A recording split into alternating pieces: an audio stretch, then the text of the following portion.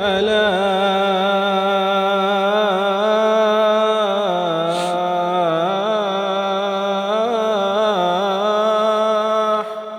حول ولا قوة إلا بالله. حي على الفلاح.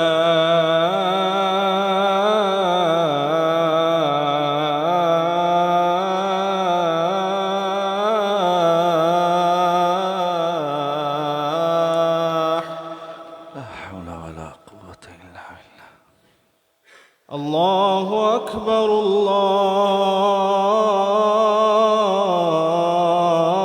الله أكبر. الله أكبر الله أكبر. لا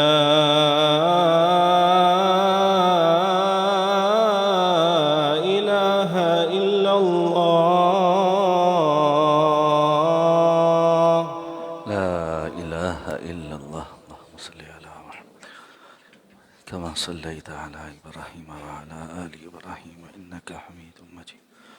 اللهم بارك على محمد وعلى آل محمد كما باركت على وعلى آل إبراهيم إنك حميد مجيد. وهذه الدعوة التامة والصلاة القائمة آت محمدا الوسيلة وبعث مقاما محمودا الذي وعدته. رضيت بالله رب دينا وبمحمد النبي صلى الله عليه وسلم. اللهم صل على محمد وعلى آل محمد كما صليت وعلى آل إبراهيم إنك حميد مجيد.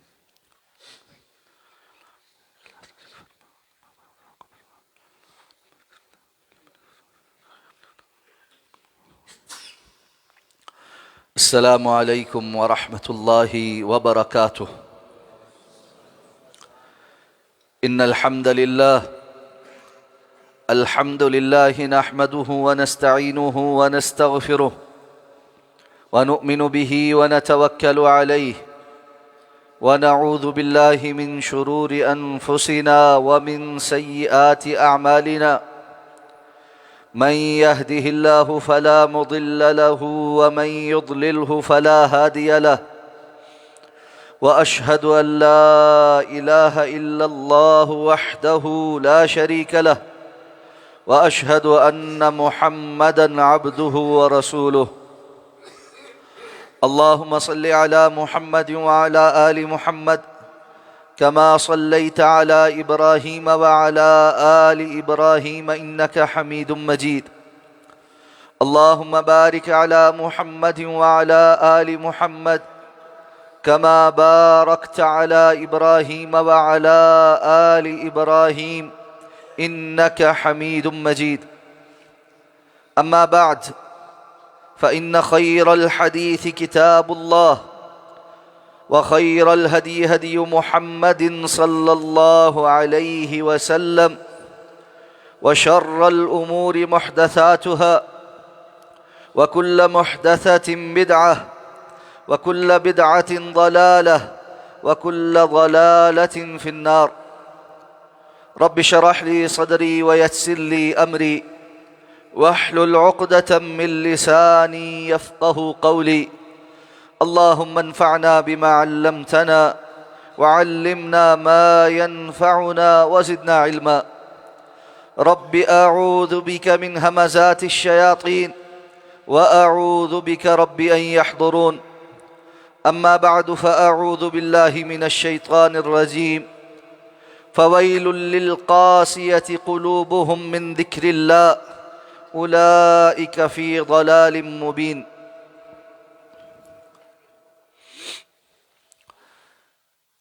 گزشتہ سے پیوستہ خطبہ جمعۃ المبارک میں اس بارے کچھ معروضات آپ کے سامنے پیش کی گئی تھیں کہ ہم سب جانتے ہیں کہ دین پر عمل کرنا یہ ہمارے لیے دنیا اور آخرت کی خیر لے کر آئے، اور اللہ کی نافرمانی دنیا اور آخرت کی شقاوت کا اور شر کا باعث بنتی۔ اس کے باوجود ہمیں دین کے بہت سے احکامات کا علم ہے اور ہم اس پر عمل نہیں کر پاتے، اور ہمارے دل اللہ رب العزت سے ڈرتے نہیں۔ قرآن مجید کی آیات سننے، رسول اللہ صلی اللہ علیہ وسلم کے فرامین کو جاننے کے بعد بھی عمل کی طرف راغب نہ ہونا، یہ دل کی سختی کی علامت ہے۔ اور جب دل سخت ہو جاتے ہیں تو انسان اللہ رب العزت سے دور ہو جاتا ہے، یہاں تک کہ وہ بسا اوقات کفر تک چلا جاتا ہے اور اس کا خاتمہ پھر ایمان پر نہیں ہوتا۔ جو آیہ مبارکہ آپ کے سامنے تلاوت کی، اللہ نے فرمایا فَوَيْلٌ لِّلْقَاسِيَةِ قُلُوبُهُم مِّن ذِكْرِ اللَّهِ،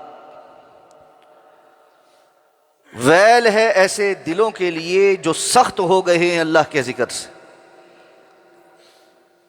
اللہ کے ذکر سے سخت ہونے کا معنی کیا ہے؟ کہ اللہ کا ذکر، قرآن مجید کی آیات، کتاب و سنت کی نصیحت بھی ان کے دلوں پر کوئی اثر نہیں کرتی۔ فرمایا اولئک فی ضلال مبین، یہی وہ لوگ ہیں جو کھلی گمراہی کے اندر ہیں۔ رسول اللہ صلی اللہ علیہ وسلم نے ارشاد فرمایا ان ابعد الناس من اللہ القلب القاسی، لوگوں میں سے سب سے زیادہ اللہ سے دور وہ شخص ہے جس کا دل سخت ہے۔ اور ہم نے وہ احادیث جانی تھی جس میں آپ صلی اللہ علیہ وسلم نے فرمایا، جب آپ سے پوچھا گیا کہ اہل ایمان میں افضل کون ہے، تو آپ نے فرمایا وہ بندہ جو مخموم القلب ہو، نرم دل کا مالک ہو۔ اور آپ صلی اللہ علیہ وسلم نے فرمایا کہ دنیا میں اللہ رب العزت کے بندوں کے دل اللہ کے برتن ہیں، اور ان میں سے سب سے زیادہ اللہ کو محبوب وہ برتن ہیں کہ جو سب سے زیادہ نرم ہیں اور رقیق ہیں۔ اسی ضمن میں ہم نے یہ بات بھی جانی تھی کہ دلوں کی سختی اور سنگ دلی کے اسباب ہوتے ہیں،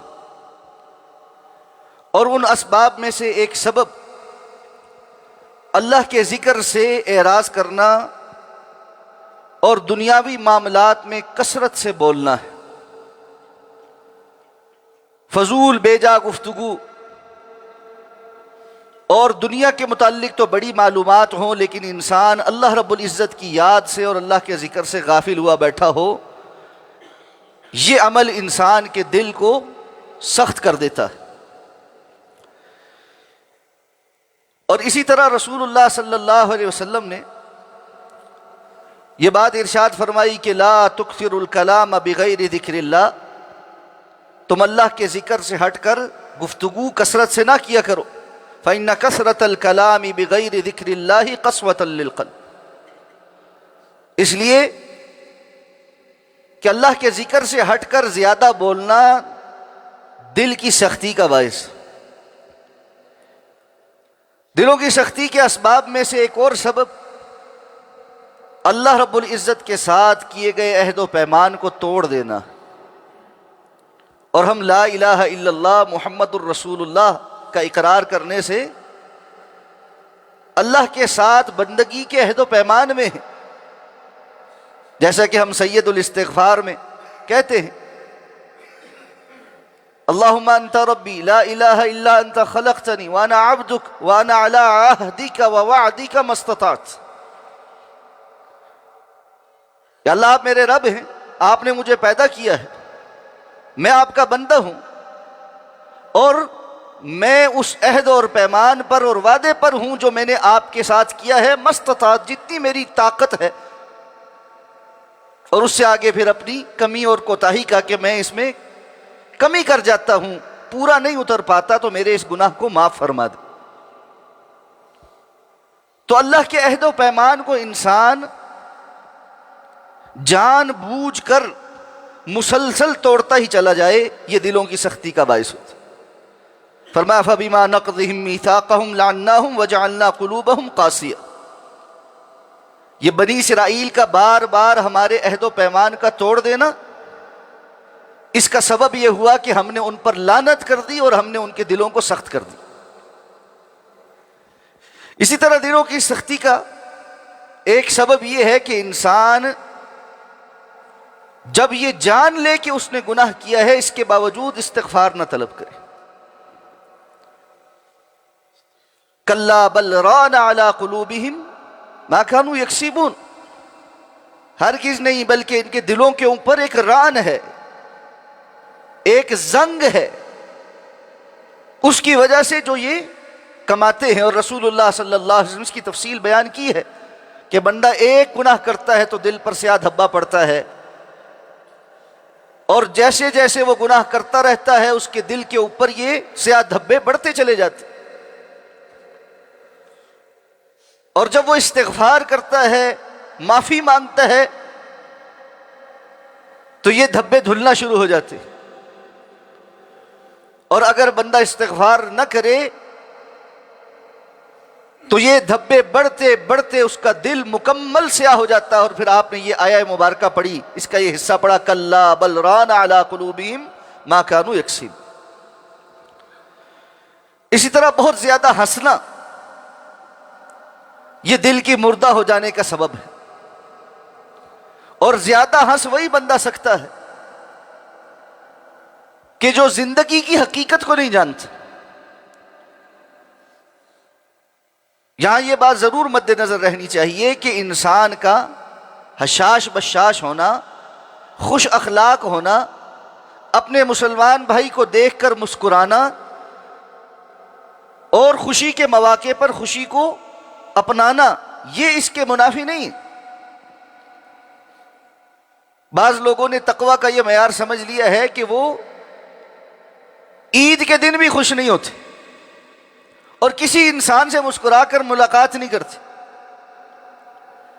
اس ہنسنے سے مراد یہ ہے کہ بیٹھ کر مجلسوں میں جو پہلے بات ہوئی لمبی باتیں کر رہے ہیں، لطیفے سنائے جا رہے ہیں، ہاتھوں پہ ہاتھ مار کر اونچے اونچے کہکے لگائے جا رہے ہیں، اور ایسی مجلسوں میں انسان مسلسل بیٹھنا پسند کرتا ہے، اور ایسا ہی مواد اپنے موبائل پر اور اپنی اسکرینوں پر دیکھتا رہتا ہے جس کی وجہ سے وہ مسلسل انٹرٹین ہوتا رہے اور ہنستا رہے، تو یہ دل غفلت میں چلا جاتا۔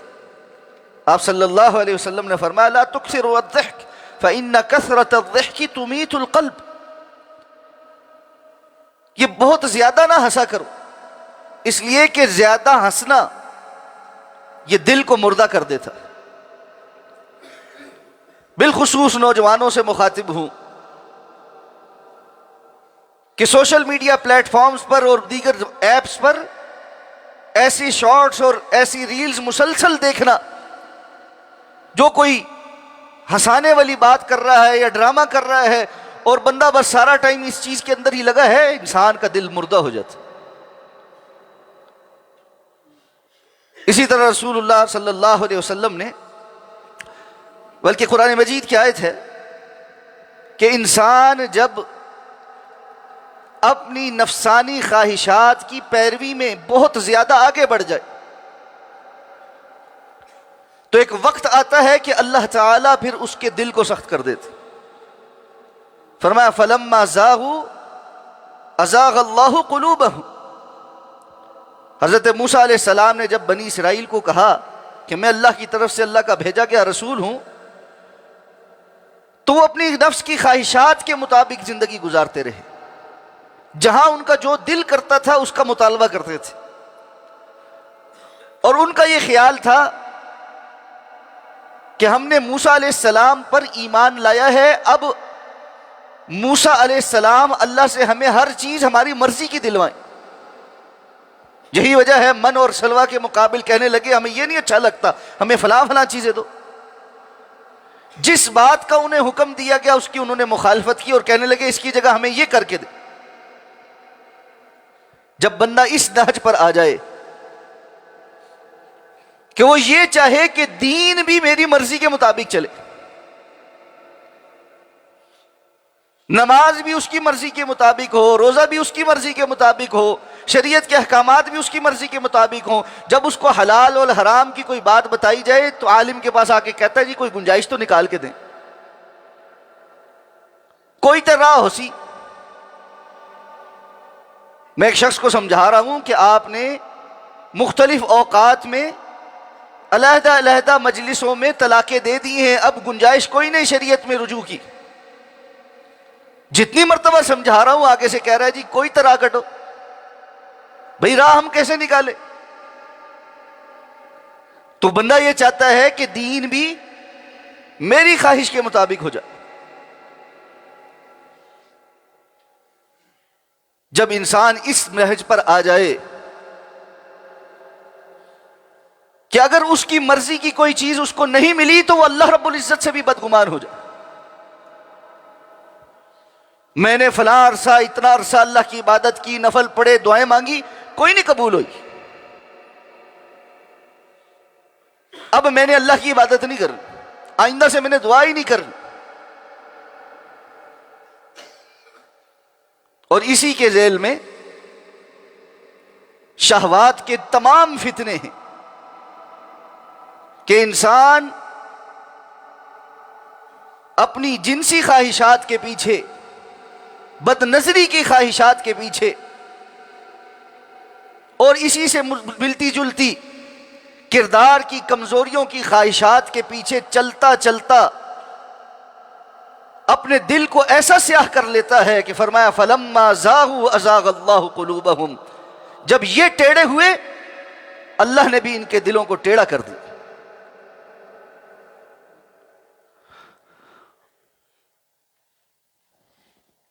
یہ بات ذہن میں رہنی چاہیے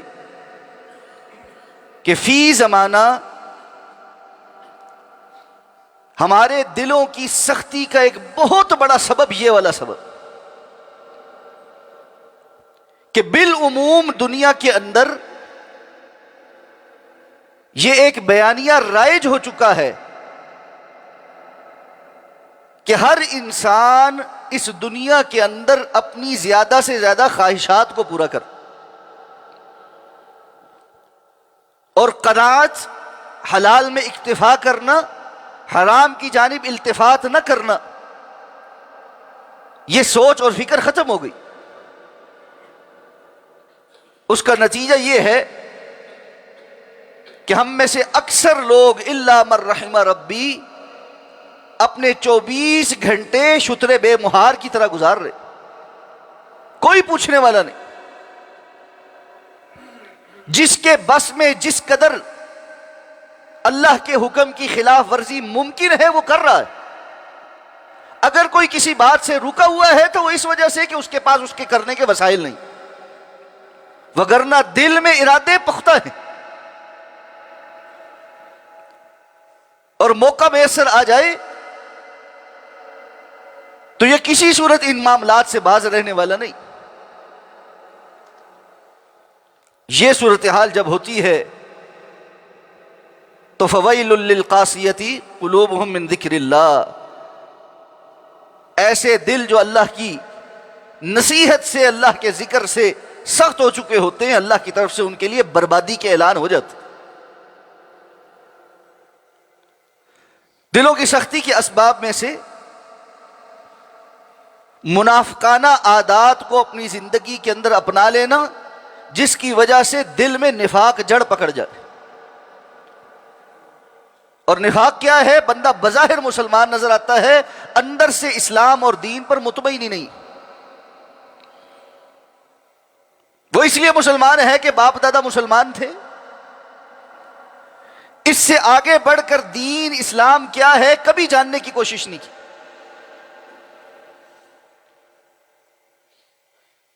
ہم میں سے ہر کسی کو یہ پتا ہے کہ قرآن اللہ کا کلام ہے اور یہ نجات کی کتاب ہے.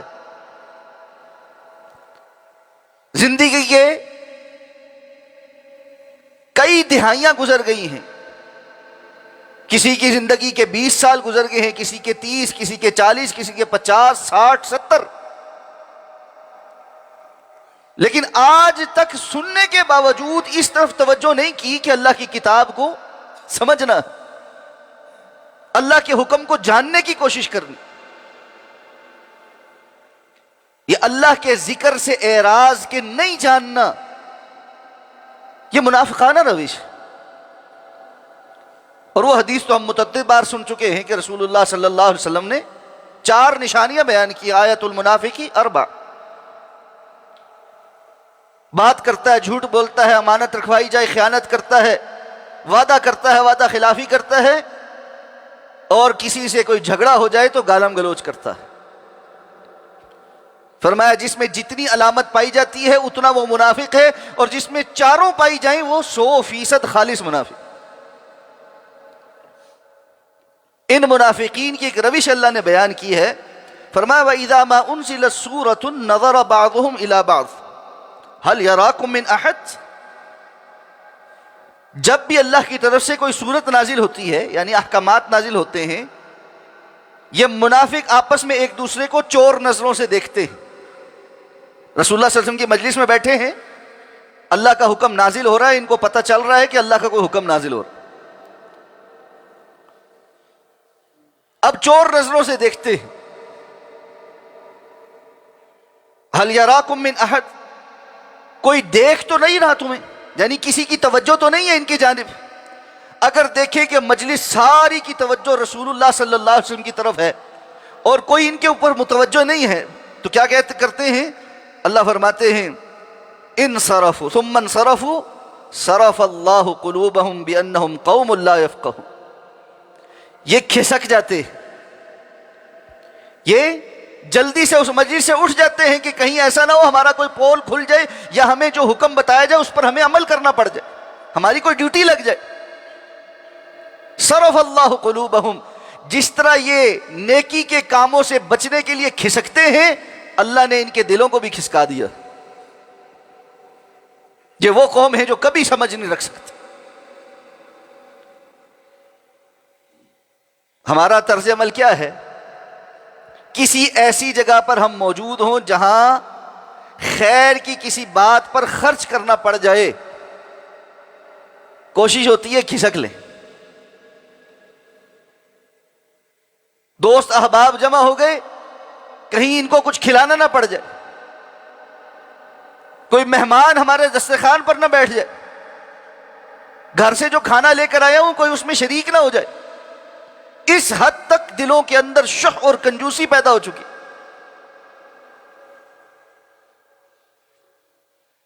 اور خیر کے کاموں کی طرف رغبت دلانے والا کوئی بندہ نظر آ جائے کہ جی فلاں جگہ پر کسی مسکین کا کسی غریب کا خیال کرو، تو ہم پہلے ہی کوشش کرتے ہیں کہ اس بندے سے ملاقات نہ کریں، اس لیے کہ یہ تو بتائے گا کہ یار فلاں کام کرو فلاں کام کرو، تو جان ہی چھڑا لو۔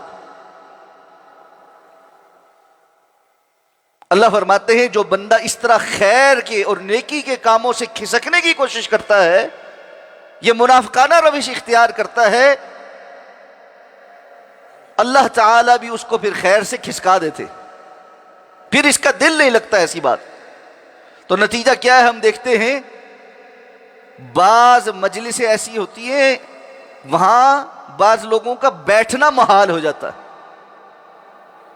اور رسول اللہ صلی اللہ علیہ وسلم نے نشاندہی کی، آپ نے فرمایا منافق اور مومن کی مثال کہ منافق مسجد کے اندر ایسے ہوتا ہے جیسے مچھلی پانی سے باہر تڑپ رہی ہوتی، اور مسجد سے باہر ایسے ہوتا ہے جیسے مچھلی پانی کے اندر، جلدی پڑی ہوگی، نماز بھی جلدی جلدی، بس پھنس گیا آج پڑھ لے، گھڑی دیکھ رہا ہے کہ جی کب جان چھوٹے بس۔ اور میں نے پہلے بھی ایک دفعہ عرض کیا تھا، تھوڑا سا کوئی امام نماز خشوع خضوع کے ساتھ پڑھانے کی کوشش کر تو دیکھ، سب سے زیادہ شور وہ بندہ ڈالتا ہے جس کو زندگی میں کوئی اور کام نہیں، ریٹائر ہو کر بزرگ ہو کر ساری زندگی گزر چکی، اب گھر جا کر ٹی وی دیکھنا ہے بس، اور کوئی کام نہیں ہے۔ مسجد آئی کس لیے ہو؟ پھر گھر پہ ہی بیٹھنا تھا۔ یہ دلوں کی جو کیفیات ہیں، اس عمر میں آ کر بھی اگر دل مسجد کے اندر نہیں ٹکتا اور انتظار الصلاۃ بعد الصلاۃ کا یہ جو موقع ملا ہوا ہے، ایک نماز کے بعد دوسری نماز کا بندہ انتظار کرے، اور کیا کرنا ہے؟ اللہ کے گھر میں بیٹھ کر اللہ کا ذکر کر لے، قرآن کی تلاوت کر لے، خیر کے کچھ کام کر لے، مسجد کی خدمت کرے، نمازیوں کی کوئی خدمت کر لے، ایک دوسرے کے ساتھ کوئی تعاون کا کام کر لے، نہیں۔ اور آپ نے فرمایا مومن وہ ہے جو مسجد کے اندر آتا ہے تو اس کو ایسی راحت محسوس ہوتی ہے جیسے مچھلی پانی کے اندر ہوتی ہے، سکون ہوتا ہے، اطمینان ہوتا ہے، باہر وہ تڑپ رہا ہوتا ہے۔ اور وہ 7 بندے جن کو اللہ نے عرش کا سایہ نصیب فرمانا، ان میں سے ایک وہ بھی ہے نا، رجل قلبہ معلق بالمساجد، وہ بندہ جس کا دل مسجدوں کے ساتھ جڑا ہوا ہے، اس کا جی چاہتا ہے میں بار بار جاؤں اور جا کر اللہ کے گھر میں بیٹھ جاؤں۔ اس لیے نہیں کہ اللہ کے گھر میں آ کر بھی کوئی سیاست کرنی ہے، 4 لوگوں کو حکم دینا ہے، 4 کو کھینچنا ہے، اور آ کر جو ہے کوئی جوڑ توڑ کرنا ہے، کسی کے متعلق بات کرنی ہے اور فلاں کرنا، نہیں۔ اس کو سکون اس لیے ملتا ہے یہ اللہ کا گھر ہے اور یہاں آ کر بیٹھ کر میں نے تدبر کرنا ہے، غور کرنا ہے، اپنی آخرت کی فکر کرنا۔ اللہ ہمیں یہ نصیب کر، اللہ ہمیں یہ نصیب کر۔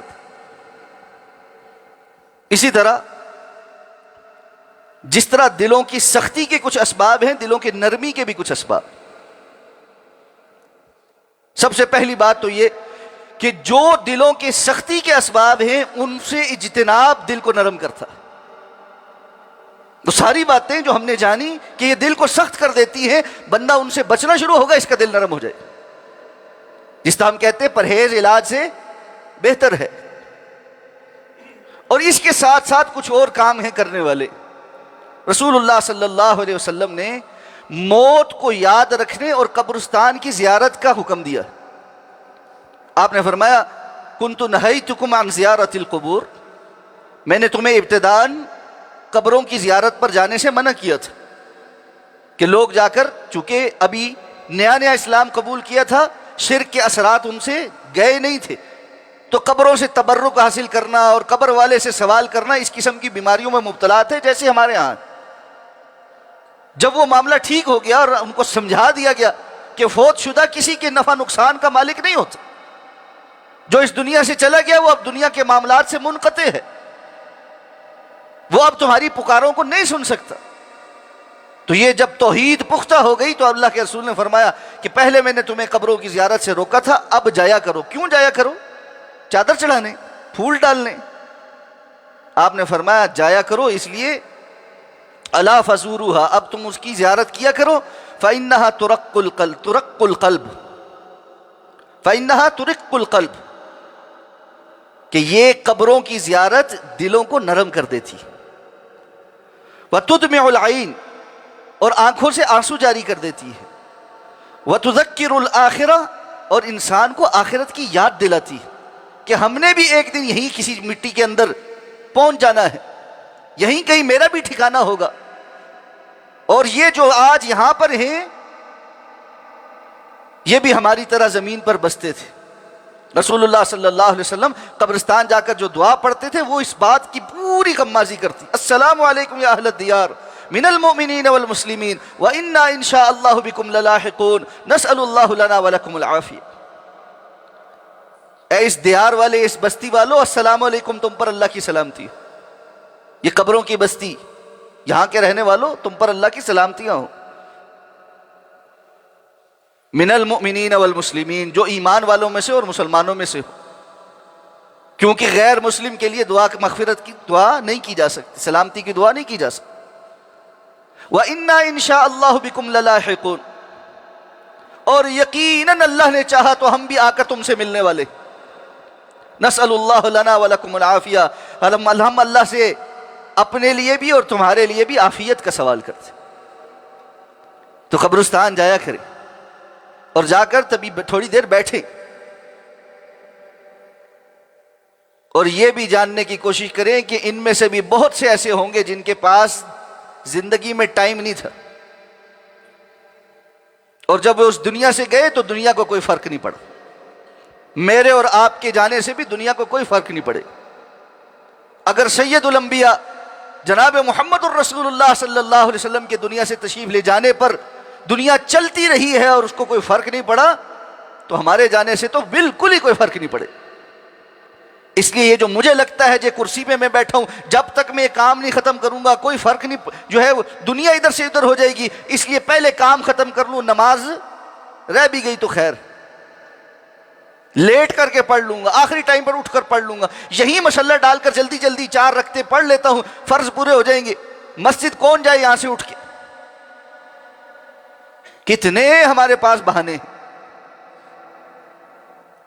میرے بھائی، جس دن جان نرخرے میں پھنسے گی اور فرشتے لینے آئیں گے، ہم لاکھ چاہیں کہ فلاں کام مکمل کر لیں، وہ نہیں کرنے دیں گے، کام ہوتے رہیں گے۔ مؤذن کی آواز کو نا فرشتہ اجل کی آواز ہی سمجھا کریں کہ اللہ کی طرف سے جس طرح ابھی بلاوا آیا ہے نا، میں حاضر ہو جاؤں، وگرنہ جس دن پکا بلاوا آئے گا نا، اس دن تو میرا اختیار نہیں، پھر تو جانا ہی جانا۔ اسی طرح رسول اللہ صلی اللہ علیہ وسلم نے فرمایا کہ حضرت ابو ہریرہ فرماتے ہیں ایک شخص نے آپ صلی اللہ علیہ وسلم سے دل کی سختی کی، جب شکایت کی تو آپ نے اس کو ایک نسخہ بتایا۔ آپ نے فرمایا اذا اردت تليين قلبك فاطعم المسكين وامسح راس اليتيم، اگر تم اپنے دل کو نرم کرنا چاہتے ہو، مسکینوں کو کھانا کھلایا کرو اور یتیموں کے سر پر ہاتھ پھیرا کرو۔ یعنی معاشرے کے جو کمزور طبقات ہیں ان کی طرف توجہ کرو۔ اور رسول اللہ صلی اللہ علیہ وسلم نے دعا میں مانگا ہے، اللہم انی اسألک فعل الخیرات وترک المنکرات وحب المساکین، مسکینوں کی محبت یا اللہ مجھے عطا فرما۔ دنیا کے اندر میرے ارد گرد جو مسکین بستے ہیں، اللہ توفیق دے میں ان کا سہارا بن جاؤں، مجھے دیکھ کر ان کے دلوں میں ٹھنڈک پڑ جائے، ان کو اس بات کا یقین ہو کہ یہ بندہ موجود ہے تو ہمارے بہت ساری مشکلیں آسان ہوں۔ جب انسان معاشرے کے کمزور طبقات پر نظر رکھتا ہے اور اس کو اللہ رب العزت کی نعمتیں اور اپنے پاس موجود خیر کا احساس ہوتا ہے، اس کے اندر عاجزی پیدا ہوتی ہے، اس کا دل نرم ہوتا ہے۔ اسی طرح فرائض کی پابندی کے ساتھ ساتھ نفلی عبادت کثرت کے ساتھ کرنا۔ حضرت عبداللہ ابن عباس رضی اللہ تعالیٰ عنہما فرماتے ہیں ان للحسنۃ ضیاء فی الوجہ، لوگوں نیکیوں کا چہرے پر ایک روشنی ہوتی ہے، ونورا فی القلب، اور نیکیوں کا دل پر اثر یہ ہوتا ہے کہ ایک نور دل کے اندر پیدا ہو جاتا ہے۔ اور اسی طرح فرمایا کہ وسعۃ فی الرزق، نیکیوں کا ایک اثر یہ ہوتا ہے کہ انسان کا رزق وسیع ہو جاتا ہے۔ اور وسیع کا مطلب یہ بات ذہن میں رکھیں، کبھی بھی کثرت نہیں ہوتا، وسیع کا مطلب یہ ہوتا ہے اللہ نے اس کو جو دیا ہوتا ہے وہ اس پر مطمئن ہوتا ہے اور اس کی ضرورت پوری ہو جاتی ہے، اس کو کسی کے آگے ہاتھ نہیں پھیلانا پڑتا۔ اور ساتھ فرمایا کرتے وقوۃ فی البدن، نیکی کا ایک اثر یہ ہوتا ہے کہ جسم کے اندر قوت ہوتی، یہ نہیں ہوتا کہ نیک انسان باڈی بلڈر ہوتا ہے۔ اس قوت کا معنی کیا ہے؟ بعض باڈی بلڈر ایسے ہیں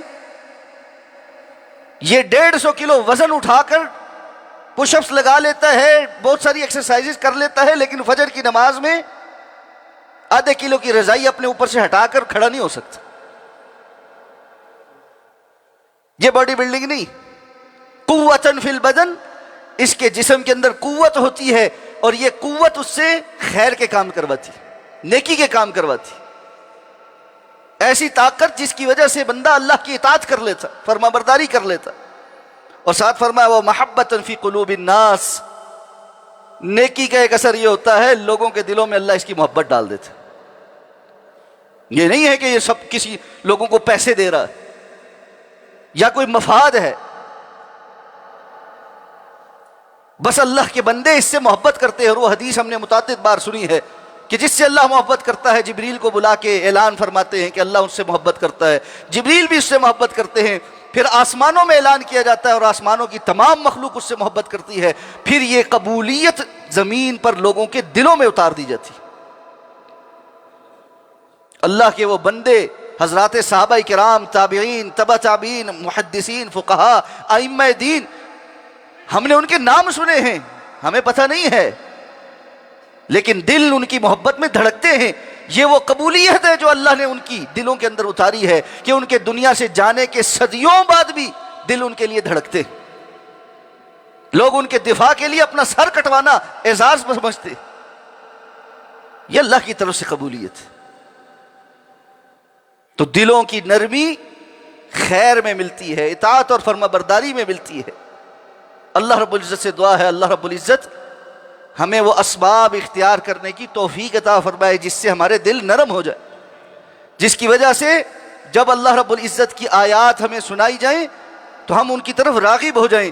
اللہ نزل احسن الحدیث کتابا متشابہا مثانی، اللہ نے سب سے بہترین بات نازل کی ہے اس کتاب کی صورت جس کے مضامین آپس میں ملتے جلتے ہیں اور جو بار بار دہرائے جاتے ہیں۔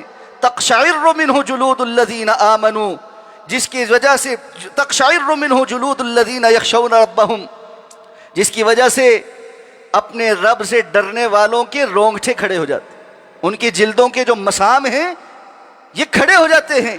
ثم تلین جلودہم وقلوبہم الی ذکر اللہ، اور پھر ان کی جلدیں بھی اور ان کے دل بھی اللہ رب العزت کے ذکر کے سامنے نرم پڑ جاتے، اطاعت اور فرما برداری کا جذبہ غالب ہو جاتا۔ بندہ یہ سوچتا ہے میں نے یہ کام آج سے پہلے نہیں کیا، آج سے شروع کر دینا ہے، اور وہ کر دیتا۔ یہ ہے دل کا اللہ کے حکم کے سامنے نرم ہو جانا۔ اور فرمایا ذالک ھدی اللہ یہدی بہ من یشاء، اور یہ وہ ہدایت ہے جو اللہ جس کو چاہتا ہے عطا فرماتا ہے۔ ومن یضلل اللہ فما لہ من ہاد، اور جس کو اللہ گمراہ کر دے اس کو پھر کوئی ہدایت دینے والا۔ اللہ رب العزت سے دعا ہے اللہ ہمیں یہ حلاوت نصیب کر دے، یہ نرمی نصیب کر دے کہ اللہ کے احکامات کے سامنے ہم سر تسلیم خم کرنے والے ہو جائیں، ان پر عمل کرنے والے ہو جائیں، ہمارے دل ان کی طرف رغبت اختیار کرنے والے ہو جائیں، اور نافرمانی کے کاموں سے ہمیں نفرت ہو جائے، وہ ہمارے دلوں کے اندر سخت پشیمانی کا سبب بن جائیں۔ اقول قولی ھذا واستغفر اللہ لی ولکم ولسائر المسلمین برحمتک یا ارحم الراحمین۔